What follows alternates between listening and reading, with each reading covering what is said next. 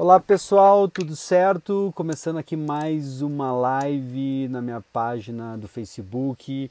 Hoje tem um convidado muito especial, Patrick Cornelsen do Planeta Brasil. É, eu considero aí um dos produtores de eventos mais experientes de Curitiba, ou se não do sul do Brasil, está aí há muitos anos trabalhando nessa área. Patrick, tudo certo, cara? Dá um alô pra galera aí, se apresenta, fala um pouquinho de você. Oi, Lan. Primeiro, obrigado pela apresentação. É um grande prazer estar aqui contigo. Como eu estava falando agora há pouco, poucos momentos a gente para falar um pouco, para refletir. Na verdade, a vida de quem está envolvido nesse mundo do entretenimento, principalmente na posição que eu estou agora, é uma coisa assim: o tempo é o teu principal ativo, né? Senão, enfim, é uma super luta assim, diária pelo tempo. Mas, bom, enfim, obrigado pelo espaço e pela conversa. Le- Patrick, pessoal, da Legal, Planeta Brasil. e fala um pouquinho pra gente aí no começo ali, o que te motivou a começar a se envolver com esse mercado de produção de eventos?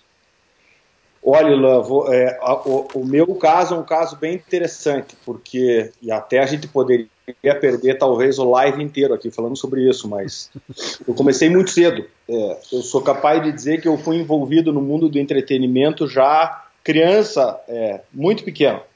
Quando isso? Festas de aniversário. Então, assim, eu sou de uma família, os Cornelsen, principalmente, são uma família, assim, vários artistas, né? Começa pelo meu avô, Lolo Cornelsen, acho que muita gente já ouviu falar, e fora isso ele teve filhos, que são os irmãos da minha mãe, que todos, de certa forma, são artistas, né? Então eu já convivi nesse meio desde muito cedo. O backstage era uma coisa presente na minha vida, entende? Não só em shows, teatro, enfim, já entrei no palco de moto muito cedo. Mas, então, eu acho que isso veio muito de berço, sabe? Então, assim, por exemplo, as festas de aniversário que minha mãe fazia na época, realmente eram festas que se eu fosse se eu fosse numa festa dessa, eu falar, cara, o que essa mulher fez, sabe? Tipo, pra época, principalmente, né? Uhum. Então, o envolvimento meu já vem disso, mas muito cedo, aí isso se transferiu para o quê? Para as minhas próprias festas de aniversário. Então, aquela história, vamos fazer uma festa de aniversário? Então, pô, eu lá com 14 anos já fazia festa de aniversário com som, DJ e tal, do nosso jeito, né? E isso foi crescendo. Na época, depois das festas de aniversário, a gente passou a fazer outros tipos de festa, né? Sempre ainda na brincadeira, nunca tinha o lado comercial da coisa. Para quem era da minha turma ali e quem convivia comigo na época sabe que eu toquei muito cedo. Na época a gente não falava quer dizer, pelo menos eu, né, DJ, mas era assim, eu tinha lá uma mesa de som de 9 canais que ninguém tinha na época, amplificadores profissionais, e trocava de fita para vinil e assim ia, sabe? Então, pô, e a gente acabava tocando em muitas festas dos nossos próprios amigos, entende? E eu acho que isso eu acho que foi o começo do entretenimento. Até que certo dia alguns dos amigos aí se juntaram, alguns Riad, Eduardo Auer, enfim, um pessoal na época que o próprio Conte, de certa forma, e começaram a fazer festa. Eu fiz uma festa, particularmente, que eu julgo, eu acho que a primeira, talvez eu não tenha participado diretamente, mas a segunda, que eu julgo uma festa assim emblemática que nós fizemos, era o Ricardo Leme, o Arthur Alves, o Riad e eu fizemos na época uma festa na chácara do meu avô em São José dos Pinhais. Isso era 1992. Era uma eleição e a gente fez uma festa na Lei Seca, cara. E eu acho que foi o primeiro contato que a gente teve com uma festa assim comercial, sabe? Mas num ponto super, super, super amador. A gente ia para a porta da festa e colocava dinheiro dentro da blusa, sabe? Cobrando os carros que estavam entrando. E, Mas foi uma coisa que marcou a época, sabe? legal, legal. E nesse começo, qual que eram teus desafios quando você começou a ir para esse lado mais, mesmo sendo amador, mas mais profissional? O que você tinha de desafio aí Então, cara, aí o que acontece, Lan? Passado uma época que foi esse começo, ou seja, lá no início dos anos, eu saí desse meio, sabe? Eu não achava, talvez não acreditasse, talvez tenha sido o meu maior erro, sabe? Eu não achava que esse era o meu mercado. Era uma época de faculdade, enfim, você falou, vamos lá, o que nós vamos fazer agora? Sabe? E fui para outro ramo, sabe? Fui para administração, engenharia, enfim. Trabalhei em outro mercado, tenho uma empresa de engenharia montada até hoje, sabe? E isso foram os altos e baixos, enfim. 2006 me choveu na mão, caiu na minha mão o Team Festival Curitiba. E, cara, sabe uma sensação de que toda aquela época de festa, DJ, tudo aquilo vem tá aqui. E, cara, mas não era uma festa. Era um dos principais festivais da música nacional, com artistas, enfim, Beastie Boys, sabe? Enfim, não era um brinquedo. E aí a gente, vamos lá, encaramos de frente esse desafio e colocamos de pé o Team Festival na época, em 2006, na Pedreira Paulo Leminski. Cara, e aí, nesse momento, novamente, eu imaginei, cara, eu acho que é por aí. Então, o desafio profissional, de fato, brincadeira de gente grande, começou aí, 2006. E de lá para cá, aí a busca sempre foi pelo como repetir isso melhor, de uma forma mais profissional e cada vez mais profissional, até me envolver, de fato, em passar de produtor a promotor, né? Porque uma coisa é você produzir o evento, outra coisa é você promover, enfim, todas as questões que envolvem a parte mercadológica, a venda de ingressos e todas essas situações. Bem legal, até dar um oi aqui para o Miki, Manuel, que mandaram um comentário, estão online. Se quiserem fazer qualquer pergunta para o Patrick, manda aí que eu replico aqui, passo para ele. Legal. O que você acha que mudou até desse início ali, quando você começou, fez o Team Festival e daí realmente engrenou, para hoje? O que você acha que o mercado evoluiu assim? Cara, principalmente a tecnologia da informação, né? Você veja, a nossa geração, o que te inclui, nós vemos tudo isso acontecer na nossa frente, né? O início da internet, pouca gente sabe, mas um dos primeiros links de internet instalados no Brasil foi em Curitiba, pela Palm BBS. Muita gente aí que está da nossa geração participava disso e, enfim, a gente viu essa questão da internet nascer. E até fazendo um mix, eu peguei na mão no meu primeiro iPhone no Team Festival 2007. Tinha lançado nos Estados Unidos, alguém estava vindo e trouxe. Cara, aquilo era talvez um marco do que mudaria dali para frente. Não só em termos de comunicação, como em termos da própria produção. Nós utilizávamos outros recursos até então, principalmente o e-mail, né? O e-mail era uma ferramenta muito forte. Ou seja, você ia empilhando só os e-mails, não e-mails e mensagens. E eu acho que essa velocidade e esse foi o grande aspecto e o grande salto. E eu acho que quem soube lidar com essa mudança, em todos os aspectos, eu acho que quem na verdade subiu e se deu bem, enfim, construiu coisas legais, sabe? Bem legal. Eu vejo assim, quando alguém vai começar a produzir evento, muitas vezes tem aquela coisa dele já achar que ele tem que ser muito grande, já tem que fazer uma coisa acontecer muito cedo.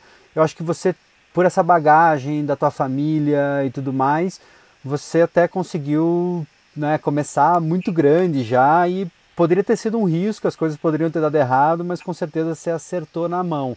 Mas se você pudesse olhar lá para trás, para aquele Patrick ali de 2006, estava fazendo esse Team Festival, e de tudo que você passou depois, o que se você pudesse dar uma mentoria para esse Patrick, sentar com ele ali uma horinha, fazer um briefing para ele, o que você falaria para esse Patrick lá atrás?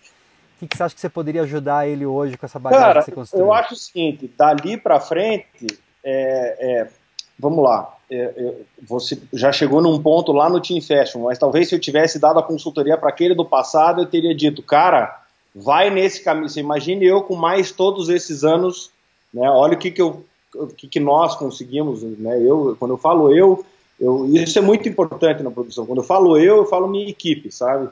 Ninguém faz nada sozinho, cara. Não adianta você achar que sabe? E mais engraçado ainda, ninguém é insubstituível, tem essa.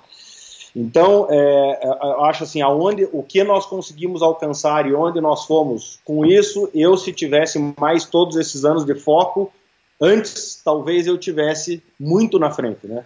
Mas enfim, vamos lá, do 2006 para cá, talvez o que eu tivesse feito mais fosse investir rápido na minha própria empresa, sabe? Eu no começo, apesar de a gente colocar nomes, enfim, a Planeta Brasil não existia. Era o produtor Patrick, a equipe que trabalhava com o Patrick em Curitiba, e vou te dizer mais ainda, não era nem o produtor Patrick, o nome da minha mãe ainda vinha na frente, porque tinha 30 anos, 40 de bagagem antes de mim, né? E também trabalhou no mesmo ramo, diferente de shows e tal, mas também trabalha no mesmo ramo cultural e tal, né?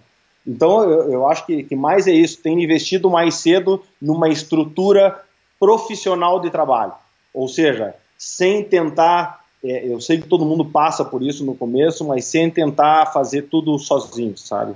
Isso é uma coisa que quanto antes você conseguir, e se te falar, até hoje acho que eu não consegui chegar nesse ponto, sabe? Porque você, na medida em que você vai adquirindo conhecimento, ainda mais no que a gente faz, é muito difícil de você ensinar, sabe? Até porque não tiveram pessoas que chegaram e me ensinaram as coisas. Eu absorvi as coisas das pessoas com as quais eu trabalhei e fui a fundo nos itens que eu achava que eu tinha que ir a fundo e no meu caso eu sempre quis ir muito fundo nas coisas, sempre quis entender o porquê de tudo. Eu acho que na produção mesmo foi por isso que eu prosperei de certa forma, de poder entender cada um dos passos, como funciona, enfim, toda essa parte estrutural, sabe? Mas a mágica de você poder estruturar uma máquina, uma coisa que tem uma engrenagem própria e que reflita exatamente você como você, produtor, como empresa, ou seja, que você consiga transferir todo esse teu potencial para uma marca. Eu acho que isso é o que vai transcender as gerações depois. Você vai chegar num ponto que joga a toalha e foi, cara, sabe? O que vem atrás? A empresa morre contigo? É mais ou menos por aí, sabe? Porque o legado parou aí, é mais ou menos isso talvez que eu teria feito mais cedo. Legal, hein? Pô, deu umas lições muito boas aí. Acho que não só planejamento, time, mas também humildade para fazer a coisa acontecer, que é tão importante nesse mercado que é tão... De uma certa maneira ele é grande, mas ele é pequeno, né? Você tem que fazer muito bem nesse mercado, senão a coisa não perdura. Mas trazendo até para os tempos atuais, você está produzindo aqui em Curitiba o Força Bruta, até acho que talvez muitos de vocês já conhecem, passou acho que no Fantástico, falando um pouquinho, né, de como é que toda essa dinâmica. No Rock in Rio teve um palco especial.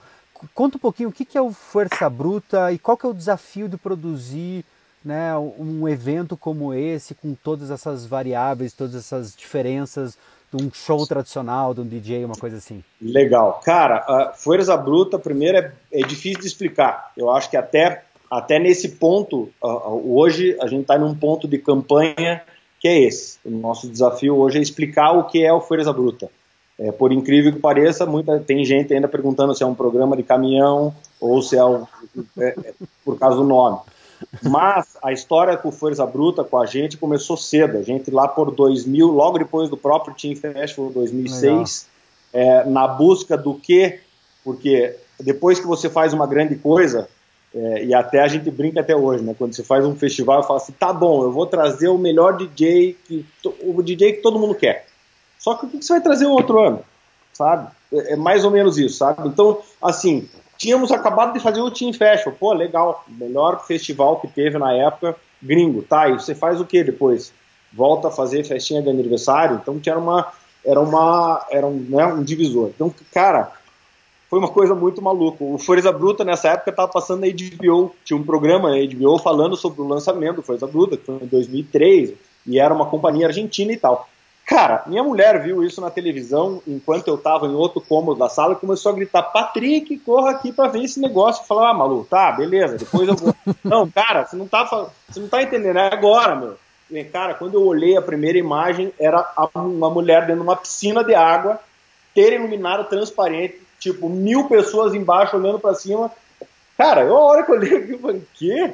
Como assim, cara? E aí, sério, eu plantei naquele sofá e fiquei até acabar o programa, que era uma apresentação disso. Cara, quando acabou isso, enquanto eu não fui conhecer o empresário do Força Bruta, e num show do Força Bruta, eu e a Malu não sossegamos. Bom, isso deveria ser outubro, em dezembro a gente estava no Força Bruta, na Argentina, já sentado com o empresário do Força Bruta, disposto a fazer uma turnê nacional. 7 cidades no Brasil na época. E quase chegamos lá, na verdade. Foi um projeto longo, a gente desenhou um projeto incentivado, mas naquele momento a gente descobriu que, na verdade, não é um mercado tão simples assim, ou seja, você montar uma tour, hoje, com a experiência que eu tenho hoje, eu diria que se eu tivesse realmente feito o que eu me propus a fazer na época, eu ia ter quebrado a cara, mas não tem a menor dúvida, sabe? Mas, para não deixar barato, a gente conseguiu realizar uma temporada em São Paulo, na época, junto com a Time for Fun, e, cara, foi, assim, sensacional. Mas, voltando, Força Bruta, o que é?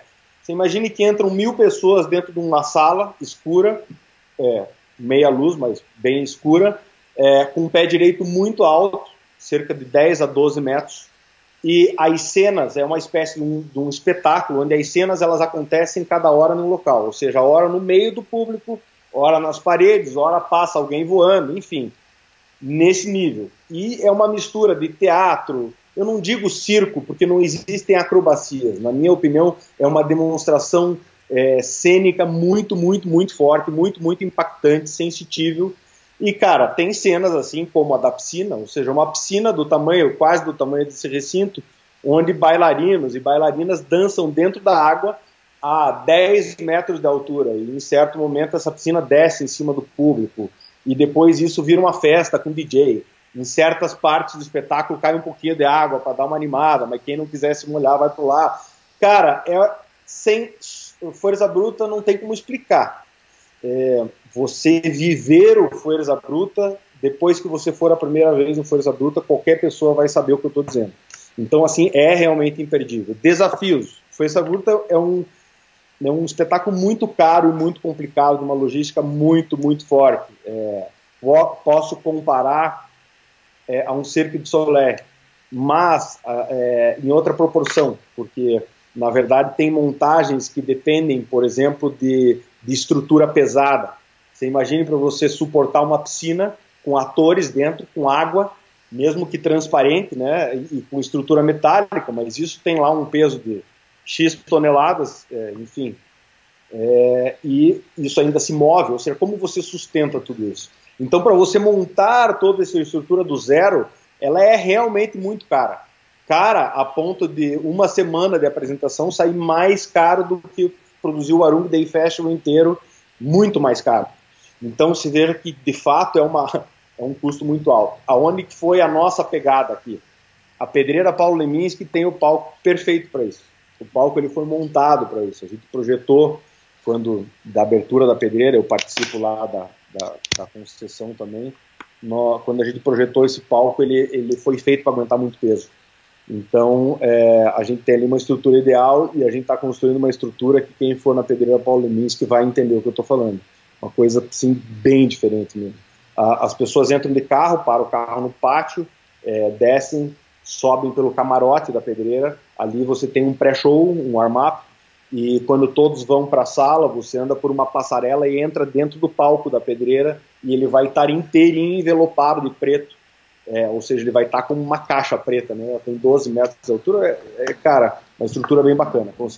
Começamos a construir isso aí a partir da semana que vem já. Bem legal. Pô, tem uma galera mandando perguntas, acho que eu vou até interromper essa linha que eu estava fazendo, vou trazer as perguntas e daí a gente já responde aqui, daí dá uma interagida. Então a Patrícia, ela falou assim, ela queria saber quantas pessoas trabalham fixa na tua equipe. Ela é uma produtora freelance de São Paulo e atua também em eventos da região de Sorocaba, interior de São Paulo. Você tem uma galera fixa ou são mais freelancers? Como é que funciona? Gente, a gente tem um coração da nossa equipe, que é um pessoal não sei se eu cito o nome, não? Por exemplo, a Gabi Almeida, minha braço direito, hoje é gerente de produção nossa. e outras pessoas, minha mulher, que cuida de uma parte importantíssima da nossa empresa, que é a parte de hospitalidade, parte de decoração, camarins, uma criatividade absurda, enfim. Cara, a gente tem uma equipe central, a Vanessa, temos o pessoal do financeiro, a Franciane, a Fernanda, que trabalha aqui na parte de parte legal. Enfim, a gente tem uma equipe, a Carol, que trabalha na parte legal, a gente tem uma equipe central que é um coraçãozinho, assim. A partir disso, ela pulsa e vai puxando pessoas que sempre trabalham com a gente.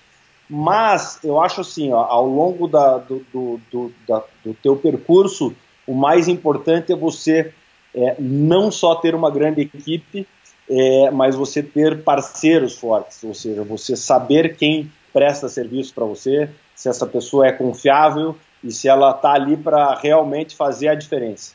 E eu acho que são desses profissionais, e eu poderia aqui passar o resto do live falando sobre eles, desses profissionais é que a gente tem que dar valor, fora a nossa equipe em primeiro lugar, porque assim, eu hoje me considero o último cara da batata aqui, eu organizo tudo, mas assim, eu não sou ninguém sem toda essa turma, entende? Ninguém. Talvez eles também não fossem ninguém sem o cara que comanda tudo, mas eu digo assim, você tem realmente que ter uma equipe forte. Freelancers, gente, a minha percepção, a gente tem mão de obra e possíveis pessoal qualificado no mercado, mas eles não chegam aqui na minha porta. São diversos currículos, são mandados por e-mail, mas assim, infelizmente, produção, você só vai saber se a pessoa realmente vai servir para a tua equipe se ela trabalhar uma ou duas vezes com você já sabe se é uma pessoa que... Mas o muito da produção é o seguinte, sempre ser proativo. Cara, em produção, sentou na cadeira e esperou alguém fazer alguma coisa para você, não é teu lugar. Porque, assim, o mundo não para, sabe? A parada da produção é uma coisa muito maluca. Fora você ter que organizar diversos eventos ao mesmo tempo, posso dizer que a gente está aqui com Fuerza Bruta, Happy Holly, um show do vocalista do Creed aqui até o final do ano ainda, mais um festival de reggae com Nat Roots, depois tem Ano Novo, Mendô ano que vem já entrou, Carnavibe, girou a roda de novo, já tá no Arung Day, já botou, cara, vamos lá, equipe.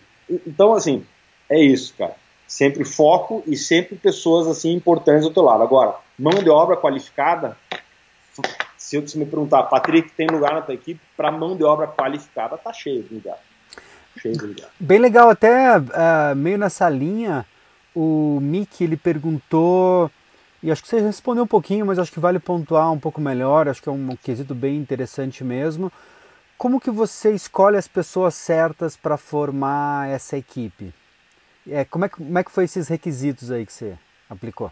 Cara, então, vamos dizer, o sonho sempre é você achar alguém que pense como você, né, e que haja também como você, teu espelho, né, e mais sonho ainda, alguém que alguém que talvez você tenha também trabalhado e que de repente já está melhor que você já passou faz tempo. Isso acontece repentinamente e eu acho que isso não é uma tristeza, daí a maior felicidade que você pode ter é de ver alguém que, né, se acompanhou. Mas assim, cara, geralmente a experiência vai dizendo isso, sabe? Então, por exemplo, gerência de produção. Puta, cara, pode-se ter tido o melhor curso do mundo, já ter estudado pra caramba, entender de tudo.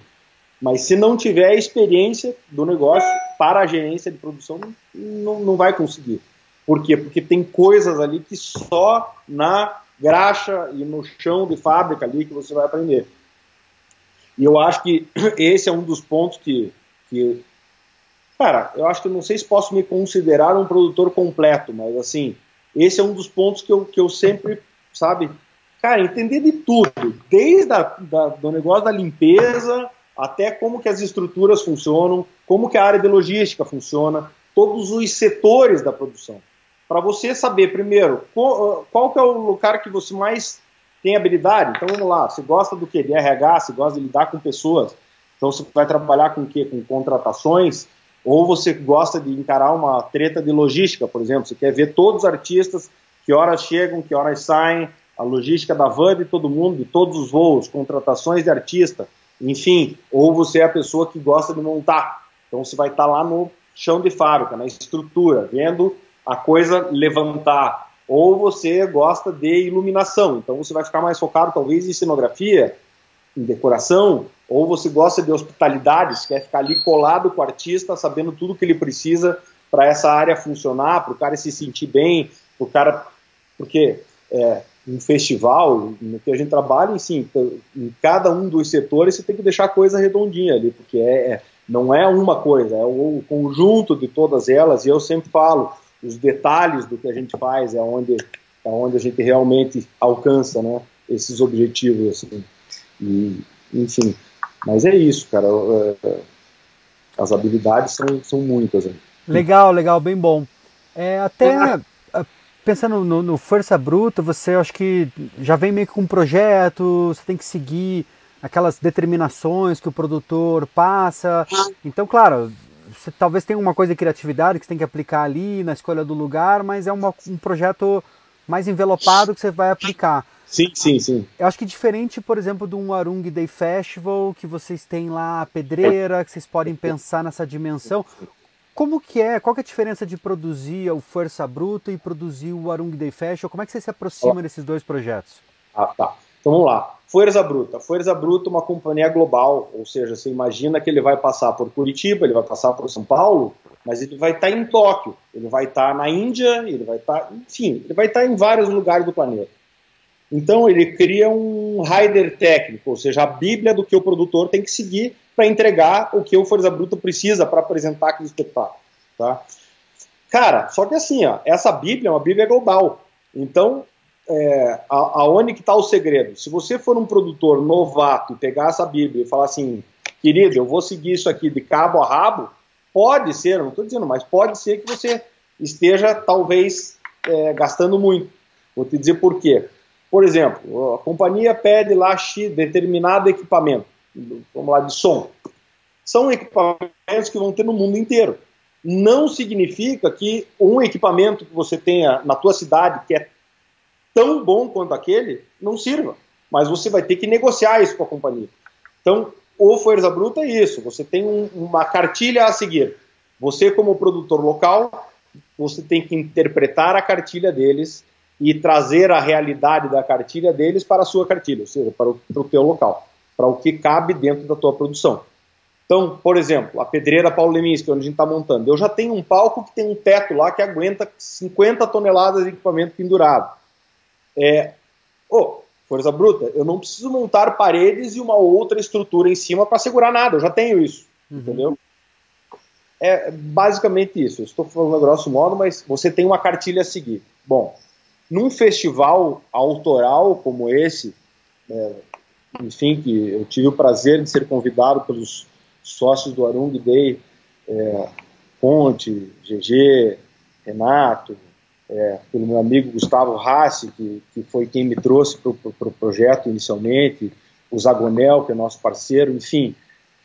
Quando eles me convidaram para esse projeto, qual que era o desafio? O desafio era o seguinte, gente, como montar e como tentar reproduzir o que a gente tem de atmosfera, não digo do próprio Warung, mas de atmosfera, de ambiente, de sensação do que as pessoas sentem lá na casa para a pedreira Paulo Leminski, que tem uma outra vibe, mas uma vibe também legal. Então, a partir disso, diferente do Força Bruta, você tem que pegar o chão cru, que é a pedreira, ou seja, o que temos na pedreira? Temos um palco, temos um pátio. Na época não tínhamos ainda aquele camarote de container. Temos um palco, temos um pátio, temos um lago, porque na época também não tinha o deck que tem hoje. Aliás, eu acho que nós fomos os precursores do deck. Nós fizemos primeiro o deck e depois os meus sócios lá na pedreira falaram, pô, ficou legal isso, vamos fazer também ali, vamos fazer um deck ali também. Mas enfim, aí o desafio era qual? Primeiro, festival. Quantos palcos? 3 palcos. Tá, porque 2 já não é muito festival, 1, então nem se fala, então vamos fazer 3. Cara, a gente tá dentro de um buraco. Como fazer 3 palcos não conflitarem? Na verdade, isso não existe muito, como fazer não conflitar. Existe, lógico, você minimiza, mas tem certo ponto do festival que você vai escutar vários palcos ao mesmo tempo. Mas a ideia é que sempre que a experiência da pessoa ao entrar no ambiente daquele palco, ela realmente se transporte para o ambiente daquele palco. E aí não pode haver interferência de outros palcos. Então eu acho que esse primeiro desenho assertivo que nós fizemos da pedreira, que basicamente nunca mudou, né? Que é um palco principal onde a gente consegue fazer um palco principal, que é no pátio, ou seja, onde a gente tem um espaço adequado para isso, onde a gente pode montar uma tenda, um palco, etc. A sacada do palco da pedreira, né? Porque, utilizar o palco da pedreira como um palco, né? Ou seja, a gente tem uma cobertura, é óbvio, então ela pode virar um palco também. Colocamos um palco, que é o segundo palco mais importante, que é o palco pedreira. E o palco do lago, que lá no início a gente aproveitou o que a gente podia fazer ali e criamos o nosso gardenzinho ali no palco, né? Então, no palco do lago. E eu acho que isso foi bem assertivo. Mas nós tivemos que criar isso. Então a gente teve que projetar isso. É diferente de uma coisa que já vem pronta. Tá? E até por isso que, não digo Arung Day, que eu creio que nós não devemos sair de Curitiba, mas um outro produto, por exemplo, se você quisesse rodar com esse produto, mesmo que na pedreira, você já teria que criar características que fossem impossíveis de transportar isso para uma ultra venue, né, para um outro espaço de show. Verdade, verdade. Mas assim, para tentar entrar na tua cabeça, ali no planejamento mesmo, vocês, a gente tem um espaço, eu acho que também vocês acertaram muito ali nessa maneira que vocês montaram o layout, essa ideia de criar um palco em cima do palco da pedreira, porque aquela coisa, você vai ver um show e você fica, eu queria estar no palco, eu queria ver esse show, e o cara quando vai no Arung Day, ele tem esse prazer, né, de subir ali, de curtir ali em cima. Mas foi uma coisa muito mais de vocês até, como se fosse irem lá, dar uma passeada e pirar, acho que aqui vai ser uma coisa ou outra, ou vocês chamam alguém para fazer um projeto e apresentar como usar melhor o espaço? Cara, como é que é isso? Assim, os sócios, sempre a gente toma as decisões juntos, sabe? Ninguém ali nunca virou e falou assim, cara, eu vou fazer isso. Isso não existe, sabe? Todos nós sentamos, sempre discutimos muito e tomamos as decisões juntos. E não foi diferente quando a gente fez o primeiro Arung Day Festival. Todos nós fomos para a pedreira, andamos junto e chegamos a essas conclusões que a gente está. Então, mas saiu da cabeça de vocês, não teve um projetista, um arquiteto que fez? Depois a gente transportou isso para um projeto, porque entendi. Assim, tem essa forma de fazer. Alguém poderia falar assim, não, vamos chamar um arquiteto aqui, ele fazer uma planta e a gente desenvolver em cima dessa planta. Só que não é a característica minha e desse pessoal do Arung, minha, do GG, do Rassi, todos os pessoal que trabalha com a gente, do Conte, do Zagonel, a gente não consegue ficar sentado ali falando assim, o cara desenhou ali, é isso. Então a gente vai lá, olha, discute e vai transportando isso para uma planta. Tanto que a primeira planta que nasce, cara, são versões, até chegar na planta ideal, né? E essa montagem, cara, tem tanta coisa que as pessoas que simplesmente consomem não passam, cara, que é incrível, assim. Essa montagem, por exemplo, de decidir tamanhos, decidir posicionamento, ela passa até pela disponibilidade da estrutura. Quantas tendas daquela do Arung Day Festival que nós utilizamos esse ano, vocês acham que existem no Brasil? Entende? E quantos festivais e quantas empresas estão dispostas a utilizar? Sem falar que é o seguinte, nós estamos em Curitiba, gente. Os preços no mercado de São Paulo, por exemplo, são muito maiores.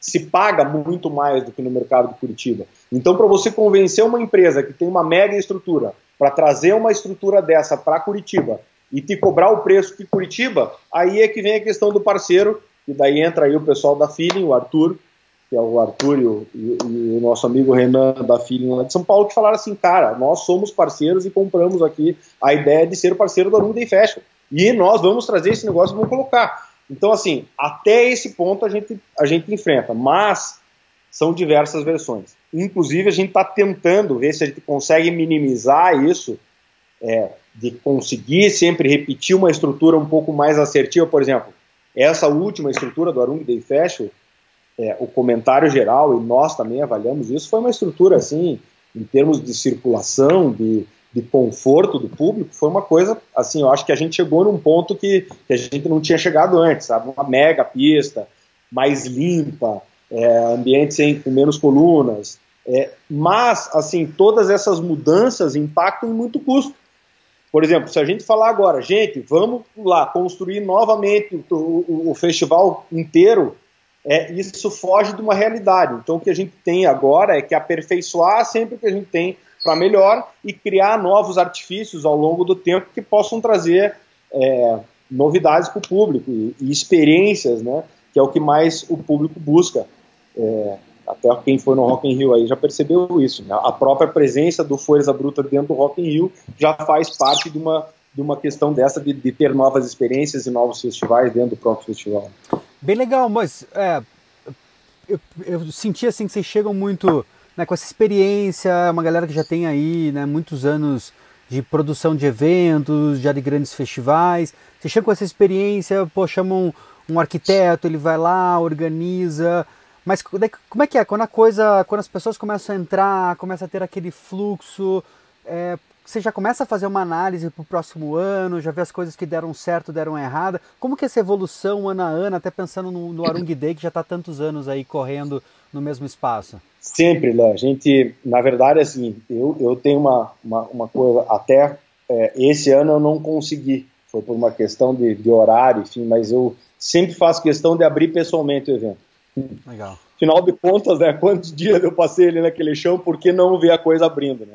Chamo lá o Márcio, o chefe de segurança nosso, e Marcião, Gabi, vamos lá, vamos abrir essa treta, e sempre peço para minha equipe prezar em abrir o festival na hora, sabe? E quando acontecem atropelos, e isso é uma coisa normal em produção, ninguém quer, mas não adianta, acontece. Às vezes chove, às vezes quebra uma estrutura, um caminhão furou. Cara, é uma logística muito grande e o teu cronograma ele vai apertando e ele tem que acabar aquele horário que abre a porta, pum, a mágica tem que acontecer, tem que estar tudo pronto. E às vezes não tá. E aí? Vamos abrir a porta. Então aquela história, abre mais cedo, tranquilo. Então o pessoal tem alimentação, tem um sonzinho ali rolando, a gente abre a passarela, acabou, abre lá para baixo, abriu as pistas, foi, arrumou o horário, foi. Mas a gente preza sempre em tentar abrir o festival na hora, né? E, cara, o planejamento, ele é constante. Acabou o festival, nós já nos reunimos, cara, o que deu errado, o que deu certo, sabe? Porque uma coisa que talvez a coisa mais maluca que aconteça para quem promove qualquer coisa, e não foi diferente com o Arung Day Festival, qualquer projeto de longo prazo, não adianta você falar assim, cara, é só uma reta de subida, sabe? Eu digo em termos de acerto de financeiro, estrutura, planilha e zerar as contas. E o produtor de eventos, e todos eles sabem disso, seja do show internacional, do nacional, do pequeno e do médio, ele trabalha assim, vou dar um chute, o cara faz 10 eventos no ano. X desses 10 vão dar prejuízo. Isso é uma coisa do ramo. Vai dar prejuízo. O produtor sai com menos dinheiro do que colocou para fazer o evento.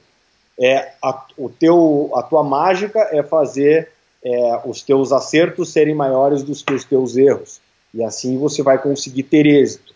Mas a sensação que você tem como produtor e como promotor de ter trabalhado assim muito tempo e não sei de todos, mas do nosso lado aqui a gente põe muito a alma, coração na coisa, sabe?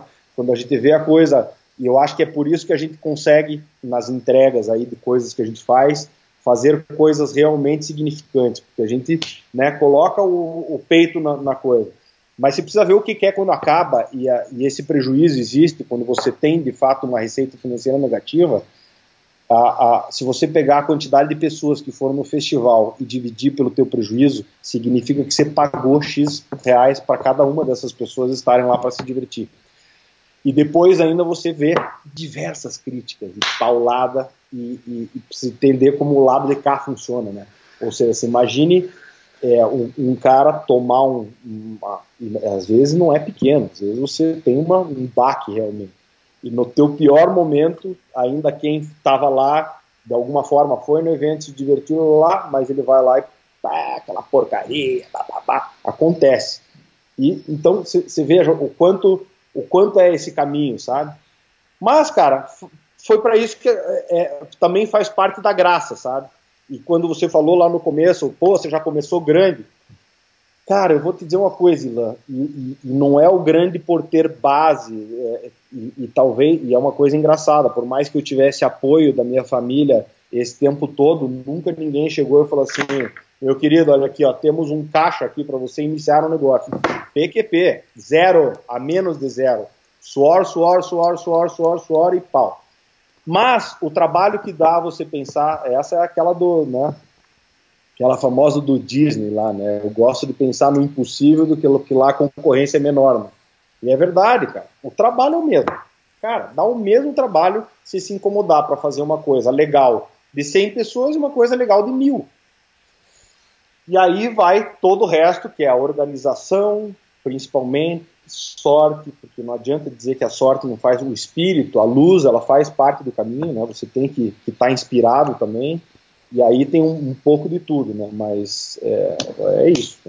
Bem legal, bem bom. Cara, pensando nessa parte bem estrutural, até você falou dessa abertura do evento, começar a liberar as pessoas para dentro.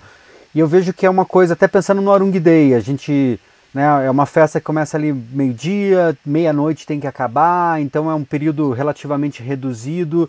Todo mundo parece que quer chegar no mesmo horário, aquela coisa meio ali no meio de tarde, final de tarde. Como que vocês pensam essa estrutura na entrada do acesso, essa parte do espaço físico? Como é que é esse planejamento? Cara, tem algumas coisas em eventos que são primordiais. Uma delas é a básica da básica da básica, circulação de pessoas. No momento que você vê, e eu não estou livre, nós vemos em eventos nossos, até não vou citar, mas num evento nosso recente, nós tivemos uma reunião posterior para dizer, cara, teve um nó ali, erro nosso, temos que arrumar da próxima, por quê? Tem que ter fluxo, as pessoas têm que circular. E aí, cara, é uma infinidade de situações. Então, se pensa que, desde o sistema de venda de ingressos que você está utilizando, até a agilidade da promotora que está pegando esse ingresso para validar, a forma que você organiza a fila, você divide esses setores como? Em setor VIP, setor de pista, se divide em masculino, feminino, como que funciona a revista. A revista hoje é uma coisa delicadíssima. Por quê? Porque é um ponto assim, primeiro, você como produtor, você depende de profissionais terceirizados. Então, assim, você depende de gente. Por mais, e olha que a gente tem uma empresa super assim, boa no que faz, profissionais super qualificados, e mesmo assim nunca é 100%, nunca é como você quer, mas você sempre tem que melhorar. Por quê? Porque assim, se você revistar ou fizer uma revista branda, você corre um risco de ter coisas ilícitas dentro do evento, né? Armas, drogas, e a gente se preocupa muito com segurança, porque você pensa que se para quem está vivendo o evento é importante estar seguro, você imagine se para quem está fazendo. Se o cara tropeçar dentro do evento e quebrou o pé, você já tem responsabilidade, acabou. Ah, não, mas foi só o pé, não tem problema, você é responsável já. Quanto mais qualquer outra coisa que possa acontecer, né? Então, e se você apertar demais, você vai ter primeiro fila e depois muita reclamação, porque vão dizer, porra, mas pegaram pesado, me tiraram a roupa, fizeram tirar o tênis, parará. Então, sabe, é um meio termo, é sempre o bom senso, a boa medida. Você tem que, e é por isso que as pessoas que coordenam essas áreas, é muito importante, por exemplo, você falou de portaria. Em um festival como o Arung Day Festival, a gente tem um cargo que chama coordenador de portaria. É o cara que tem que saber o quê? Cara, tudo sobre esse setor. Validação. Quantas empresas tem de venda ingressos? Você vê lá para vender na Alô Ingressos, na Blue Ticket, na Eventbrite. Cada sistema desse tem um validador. Então, se você não dividir por fila, um cara ele pode chegar com 3 tipos de ingresso na tua mão. Então, se ninguém organizar isso, virou bagunça. Outra coisa que é interessante hoje, você imagine que hoje as tiqueteiras, a maioria delas, emitem ingressos digitais. Como é que é teu controle? Como é que você sabe que aquele público que comprou teu ingresso é o público que está lá dentro do teu evento? Enfim, então você vê a importância da portaria, que parece uma coisa que fala, Cara, você vai ser coordenador de portaria. Tem gente que fala assim, valeu, obrigado, até mais. Cara, não tem ideia da responsabilidade e de quantos profissionais sabem fazer, de fato, um controle de portaria decente. E por aí vai, credenciamento. Cara, credenciamento, você tem noção da abacaxi que ele tem nisso. Mas você imagina que durante todo o período de montagem, desde que chega a primeira peça dentro do evento, tem gente. O caminhoneiro entrou lá dentro. Quem controlou? Qual que é a placa do carro? Que carga que tem dentro da tua caçamba aí, compadre? Teu nome. Tá na lista aqui que eu recebi da empresa que tá fazendo o transporte.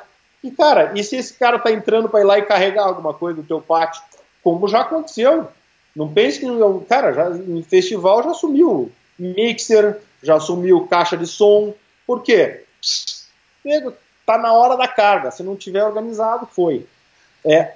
Todo esse pessoal de montagem, então, tem que ser credenciado durante todo o período de montagem. Período de montagem, ambulância, EPI, que é proteção para o trabalhador, os caras se machucar. Então, tem toda essa programação. A pré-produção, ela é muito mais importante do que a própria produção em si. Uhum.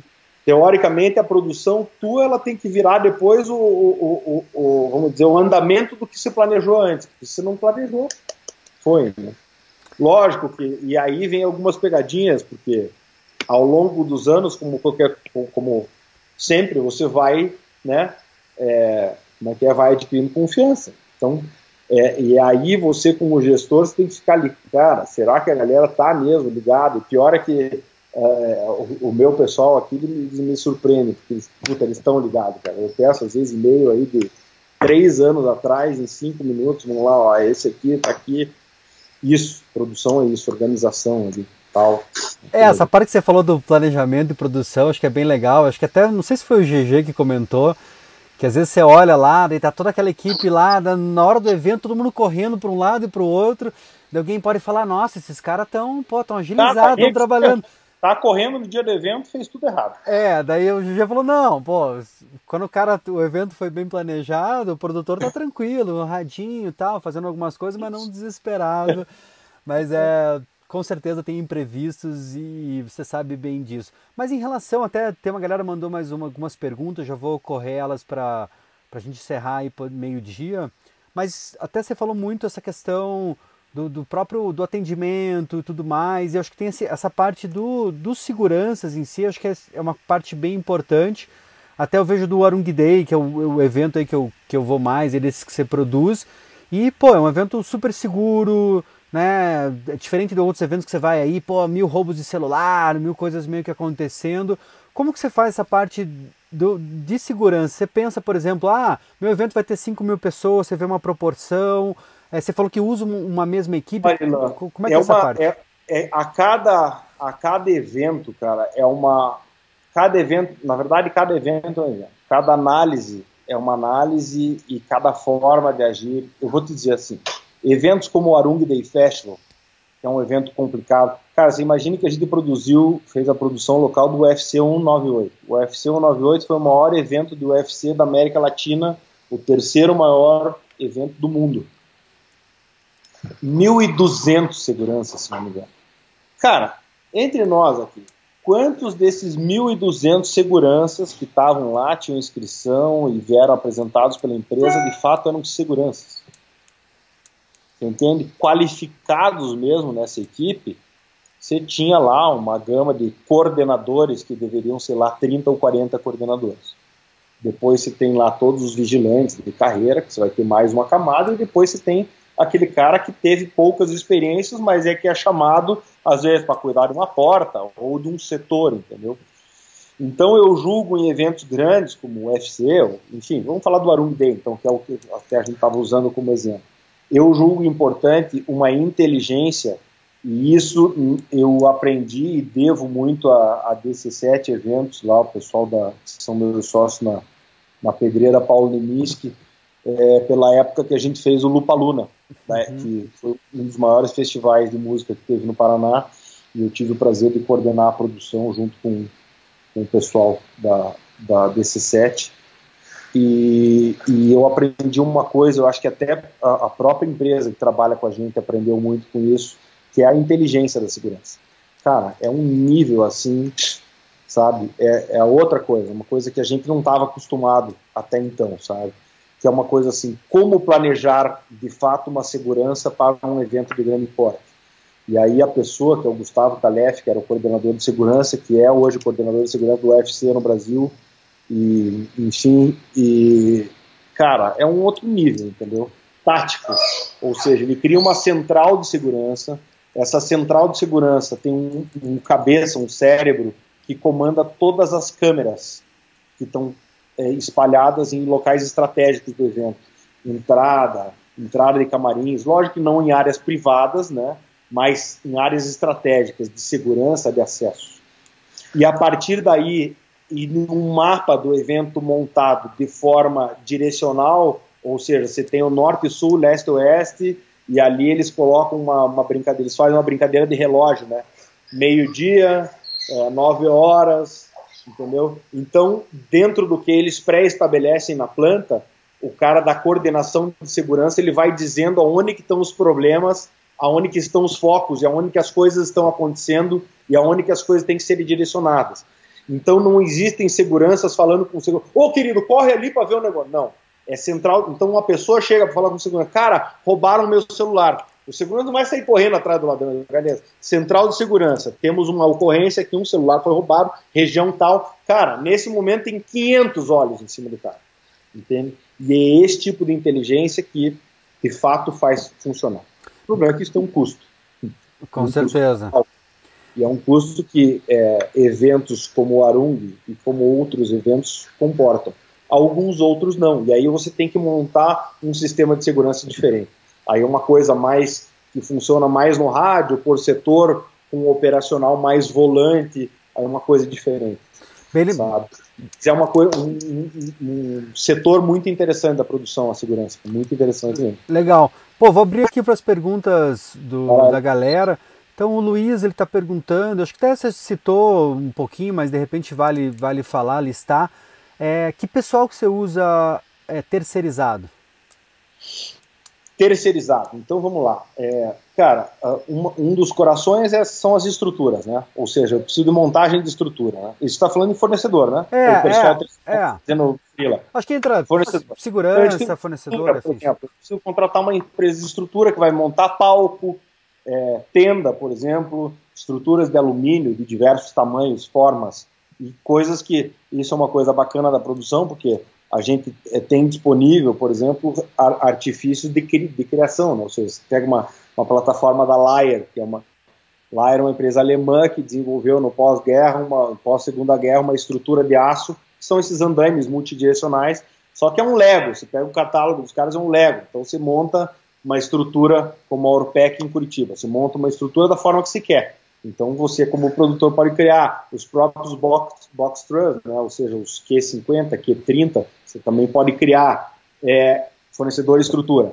Cara, fornecedor de segurança, fornecedor de serviço de bombeiro civil, a gente utiliza sempre, fornecedor de gerador, um fornecedor de elétrica, de serviços de elétrica. Temos não tínhamos, uma coisa que apareceu no mercado. Você vê como é que é.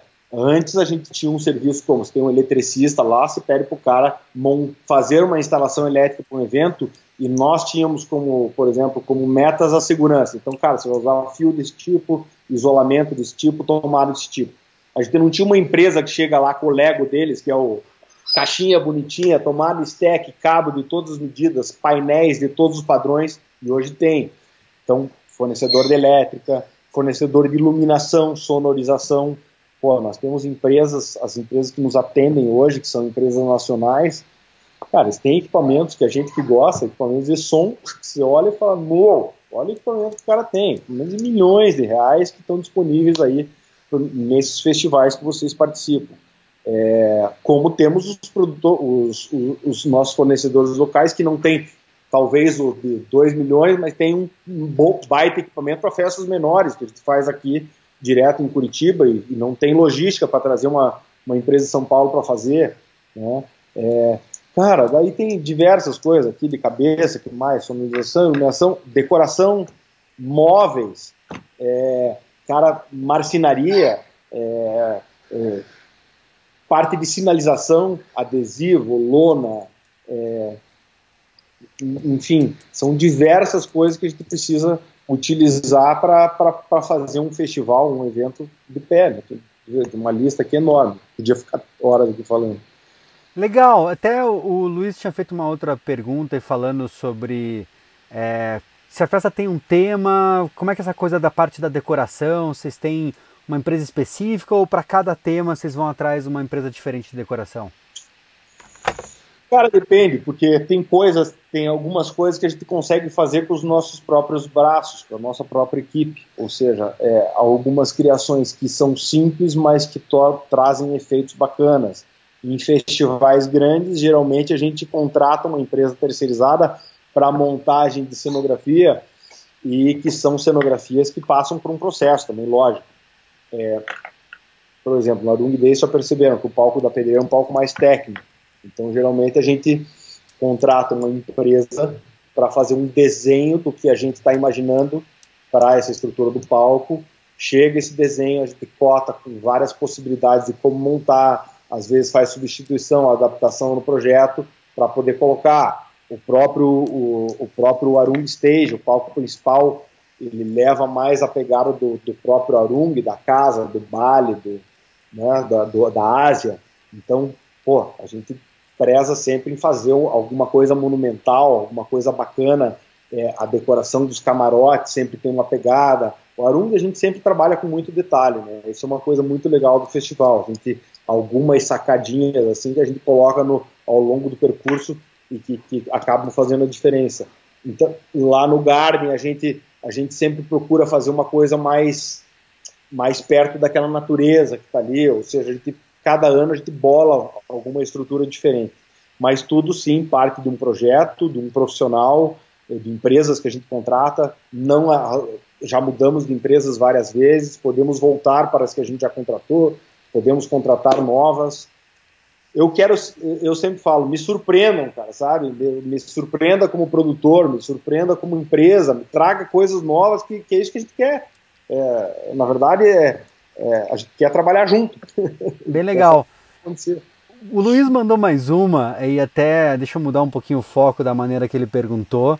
Vamos imaginar que alguém chega para você e fala, cara, eu tenho um espaço num topo de uma montanha, num platô lá de 1.200 metros. O que você aconselharia para ele? Até ele falou exigências de alvará, bombeiros, mas o que você acha? Você acha que seria uma coisa viável, fácil de fazer? O que você indicaria para ele fazer uma festa num platô em cima de uma montanha? Cara, animal, mas assim, vamos lá. Alguém viu o Fire Festival?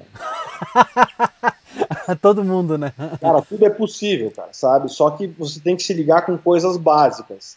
Eu, depois de ter visto esse filme, esse seriado, enfim, esse documentário que me deu como produtor, me deu dor de barriga. A hora que o pessoal chegar naquela ilha lá, comecei a passar mal. Parei, fui tomar água e tal. Mas assim, primeira coisa que eu teria feito, você quer fazer um negócio numa ilha, beleza. Da onde vem as coisas? Não adianta, cara. Você pode falar assim, cara, para montar isso, eu preciso disso. Não adianta, você vai precisar daquilo também, na hora, entendeu? Você não consegue, por mais que você queira ser o japonês da coisa, e colocar tudo na planilha, todos os detalhes. Na hora, alguma coisa vai ficar melhor se você tiver alguma coisa. Alguma sacada você pode ter na semana, quando as coisas levantam, quando você tá... Uma coisa você vê o papel aceita tudo. A hora que as coisas levantam, e aí eu acho que é a grande sacada do produtor, sabe? Ele estar ali focado no evento, no dia a dia, e sacando como as coisas estão levantando, como as coisas estão acontecendo. E aí a circulação, sinalizações, enfim, aí é que você demanda novas coisas. Então, por exemplo, a primeira coisa que eu teria que falar, cara, você vai precisar aqui de 2 transatlânticos parados aqui do lado, um com tudo que você precisa fazer para fazer a festa, e outro com estoque de outras possíveis coisas que você precisaria talvez para a festa, entendeu? Senão não faz. Então, para vai fazer na montanha, vai. Cara, qual que é a tua proximidade, o que você precisa para fazer essa festa, e você tem que pensar no trajeto do teu possível público até lá, de ida e de volta. Aonde que essas pessoas ficam, enfim, você tem que pensar no global. Mas possível, cara, praticamente tudo é possível.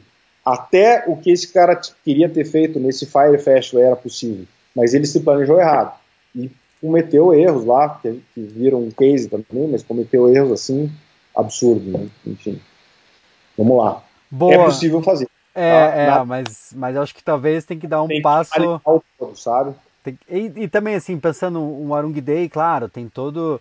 Né, não é um evento fácil de fazer, mas está praticamente no centro da cidade. Você tem essa Lógico. parte de manobrar, né?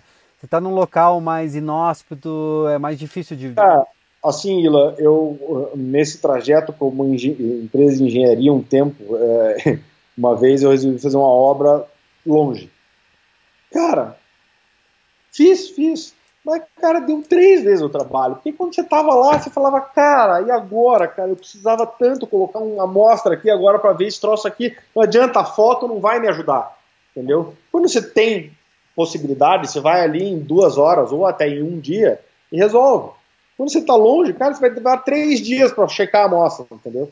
Então, a logística para festival é um troço importante. A gente tem um sonho antigo aí de fazer um evento grande no litoral, tipo Serra do Mar, Morretes, algum lugar assim. Mas, cara, tem que preparar muito bem. Vai chegar. Com certeza. Melhor começar pequeno, uma coisa mais fácil, e depois vai até como eu senti, assim, esse trabalho que você foi fazendo, você foi criando, né, toda essa estrutura da tua produtora, mas toda uma estrutura de parceiros que você consegue levantar o telefone e falar, cara, aconteceu tal coisa, me ajude aqui. Não tenha dúvida. Né?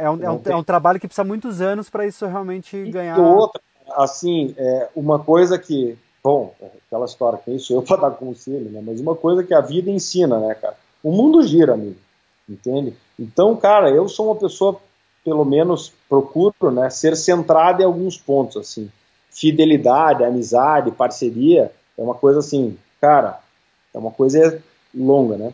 Então você tem que cultivar, porque o que você vai precisar é disso, pegar o telefone uma hora e falar, cara, eu sei que é impossível, mas, cara, você sabe que, pô, você precisa me ajudar. E, dependendo do que você construiu ao longo da tua vida, você vai ter ajuda ou não. Legal, pessoal, quero agradecer todo mundo que mandou as perguntas, comentários, tem bastante coisa legal. Porra, a Patrícia falou que foi um MBA de eventos essa live. Ela trabalha já há 5 anos na X, fez um monte de anotações. Até tudo que você falou do terceirizados, ela listou todo mundo. Pô, Patrícia, bem legal por ter compilado aí todas as informações. Luiz que mandou um monte de perguntas. Romã aí fazendo um elogio, dizendo que são 2 astros da produção de eventos. Então, brigadão, galera. Desculpa aí que não deu para responder todas as perguntas. Acho que foi um assunto bem legal, chamou bastante gente para a live. Patrick, brigadão, cara. Vários insights, várias coisas muito legais. Acho que desde o começo ali você já matou, né? Falando essa questão de construir time, o propósito que você colocou na produção de eventos, esse carinho, essa emoção que você coloca que é tão importante. Acho que é bem legal. Acho que com certeza vai inspirar muita gente a produzir cada vez melhor, cara. Brigadão e sucesso aí. Alexa, obrigado, Ilan, obrigado pelo espaço, pela conversa. Vamos fazer mais isso, trazer mais gente para a mesa. Vamos convidar amigos nossos de fora para participar.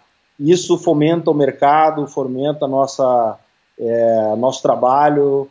E fora isso, cara, é muito legal você poder dividir um pouco do que você trouxe, mesmo que sirva para nada, mas assim, até para botar para fora um pouco, sabe? Não, cara, vai servir muito, cara. Foi muitos insights importantes aqui. Escolhendo e é legal compartilhar. Então, muito obrigado e foi um prazer. Parabéns, doutor. Valeu, cara. Brigadão aí. Até a próxima. Valeu, até Valeu, tchau, mais. tchau.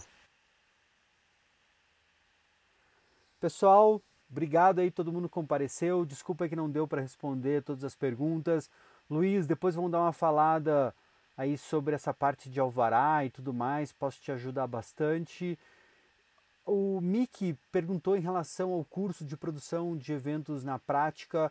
A gente não está com matrículas abertas nesse momento, mas se quiser me dar um toque no Instagram, eu te mando um link que tem uma espécie de uma lista de espera. Deve abrir mais ou menos daqui a uns 30, 40 dias. Eu te informo aí dos próximos detalhes. Valeu, galera. Brigadão. Bom almoço e até a próxima.